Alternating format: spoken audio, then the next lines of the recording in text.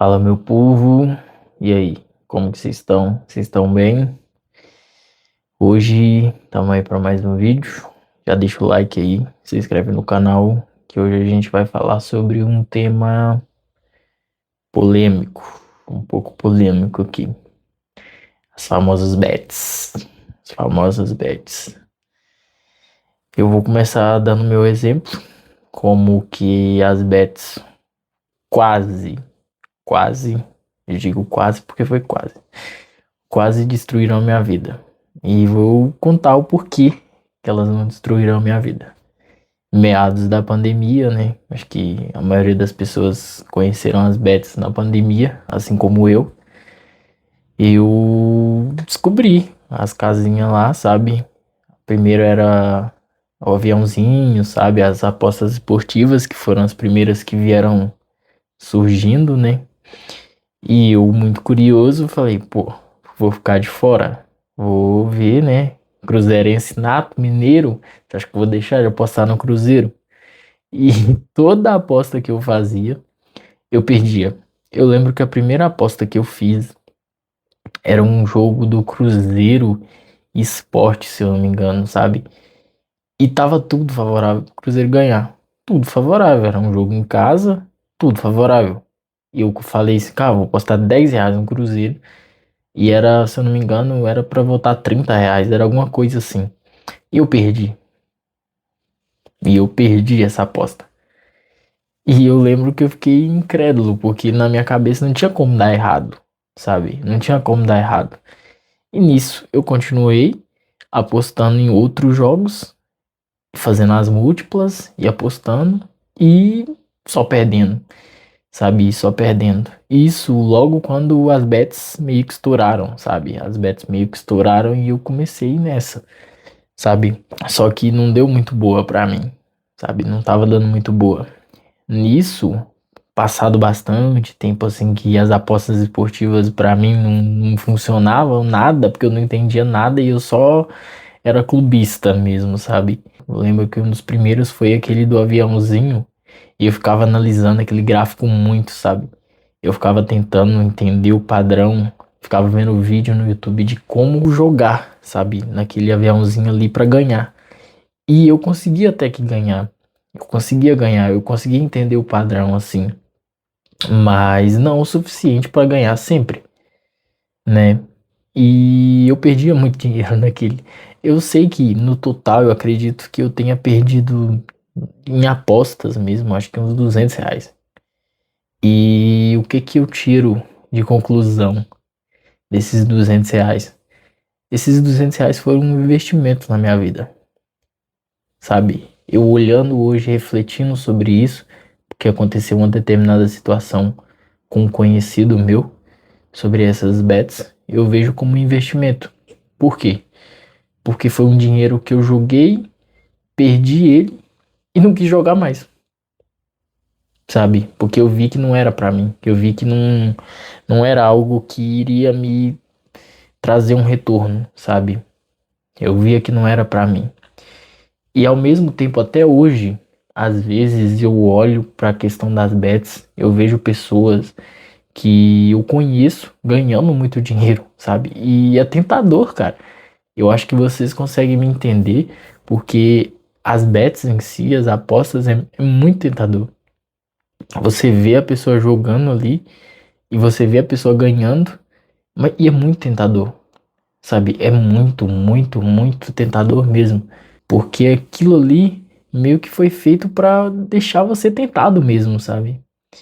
Deixar você tentado. E às vezes um colega seu ganha, ele te mostra, cara, você fica com vontade de jogar, sabe? Que você fica assim, cara, se ele tá ganhando, eu também posso. Mas você não sabe o tanto de dinheiro que ele já jogou, que ele já perdeu, sabe? É meio que um jogo que ganha, mas ao mesmo tempo você perde muito dinheiro, sabe? Não vale a pena. Não vale nem um pouco a pena, de verdade, não vale a pena. É muito doido porque você entra meio que num ciclo vicioso, sabe? Onde você joga, aí você perde.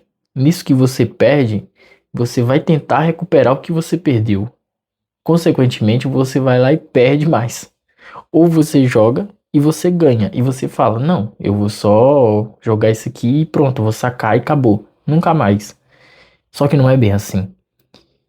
Só que não é bem assim, sabe? Porque você viu que você ganhou um dinheiro fácil, que você não teve esforço, você não teve que gastar energia para obter aquela recompensa, sabe? Então você vai fazer o quê? Você vai lá tentar ganhar de novo, sabe? Você vai buscar aquela recompensa de novo, sabe? Jogando mais para ganhar.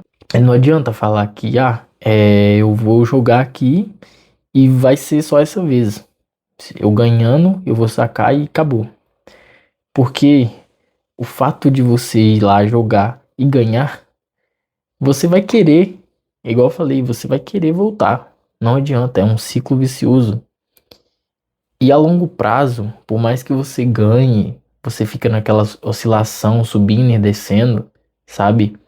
Isso é prazeroso, isso é gostoso, essa sensação de talvez eu ganhe, talvez eu vá ganhar, sabe? Essa sensação de quase, sabe? Na próxima, talvez eu ganhe, sabe? Isso é gostoso, é muito gostoso essa sensação, sabe? E o problema maior é que quanto mais você joga, mais você pensa que você entendeu o padrão, sabe? Mais você acha que você tá começando a entender qual que é o padrão. E por que que eu falei que eu acho que pra mim, eu acho não, tenho certeza que pra mim aqueles R$ 200 que eu perdi foi um investimento. Porque eu nunca encontrei o padrão. Então, pelo fato de eu nunca ter encontrado um padrão, de eu nunca ganhar, nunca conseguir ganhar, então pra mim foi um investimento. Porque se eu tivesse ganhado, provavelmente eu teria continuado. E o fato de você continuar, a longo prazo, a tendência é você perder ainda mais. Sabe? A tendência é você perder ainda mais. Muito, muito mais. Não só dinheiro. O fato de você estar ali jogando, você acha que você achou o padrão, você acha que você é responsável, que você sabe o que está fazendo ali. E isso cria uma coisa muito doida. Porque é tipo uma pessoa bêbada dirigindo, ela acha que ela tá bem, sabe? Ela acha que ela tá tranquila, que ela tá bem, que ela tá consciente do que tá fazendo ali, sabe?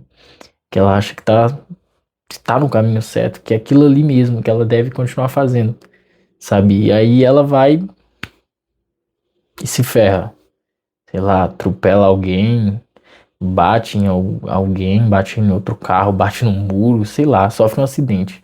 Porque a pessoa acha que ela tá consciente do que ela tá fazendo. E ela não consegue reconhecer isso, sabe? Não consegue. É igual o exemplo que eu falei do bêbado. O bêbado acha que pelo fato dele conseguir fazer o 4 ele tá bem, ele tá tranquilo, tá saudável, tá ótimo, ele consegue dirigir e voltar pra casa. Em grande parte das vezes não consegue.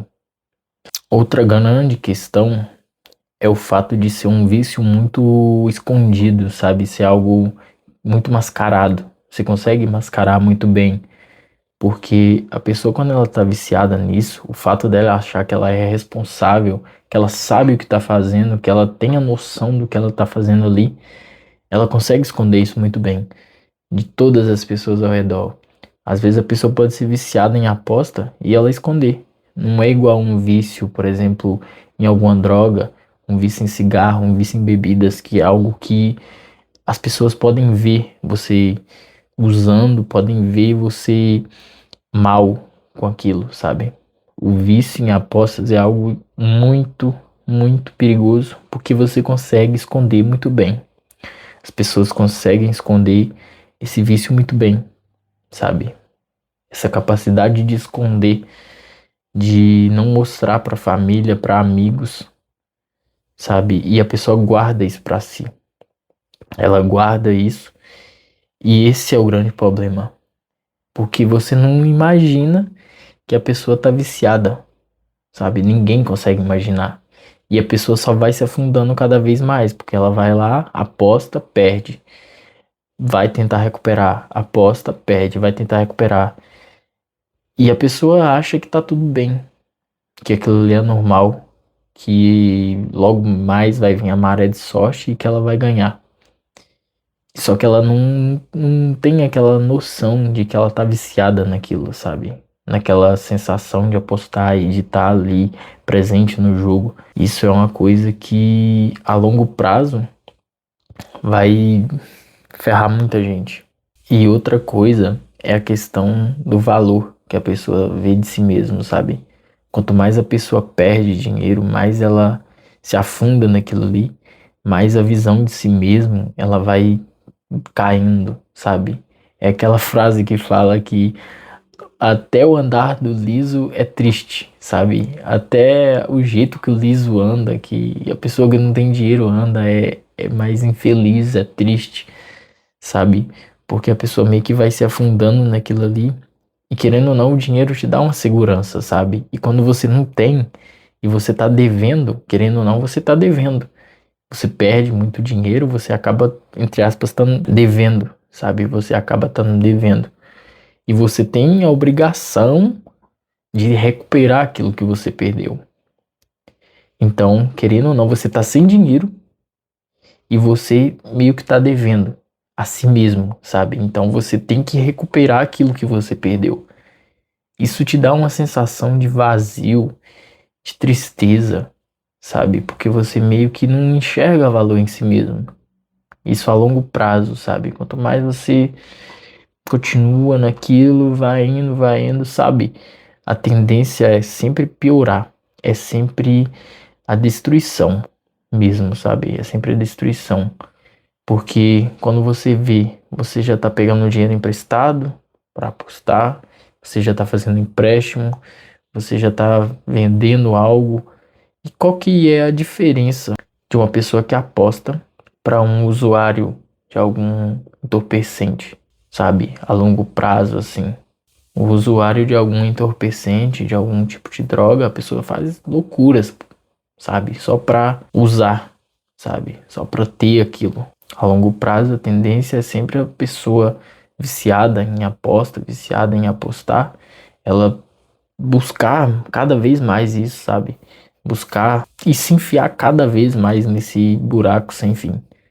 E é muito difícil sair disso, porque o ambiente te puxa cada vez mais, te puxa cada vez mais.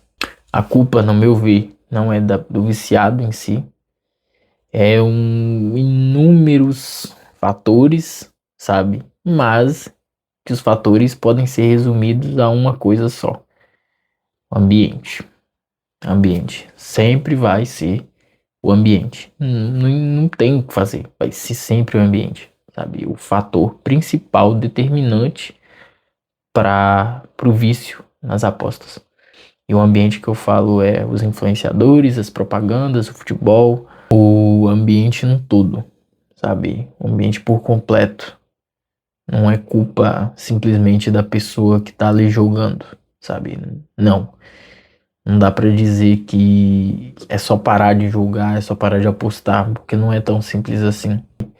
Tem muitos fatores, tem muitas coisas envolvidas. Isso é uma questão de saúde pública, sabe? É literalmente uma questão de saúde pública e tem que ter mais atenção, sabe? Tem que ter muito mais atenção a isso.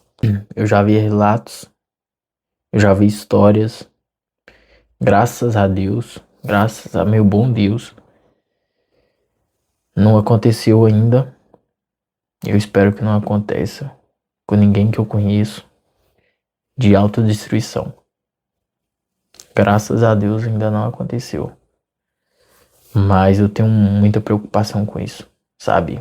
Porque a longo prazo a tendência é a pessoa destruir a família, destruir as amizades e, por fim, destruir a própria vida. Infelizmente, eu não sei em si qual que é a solução para isso,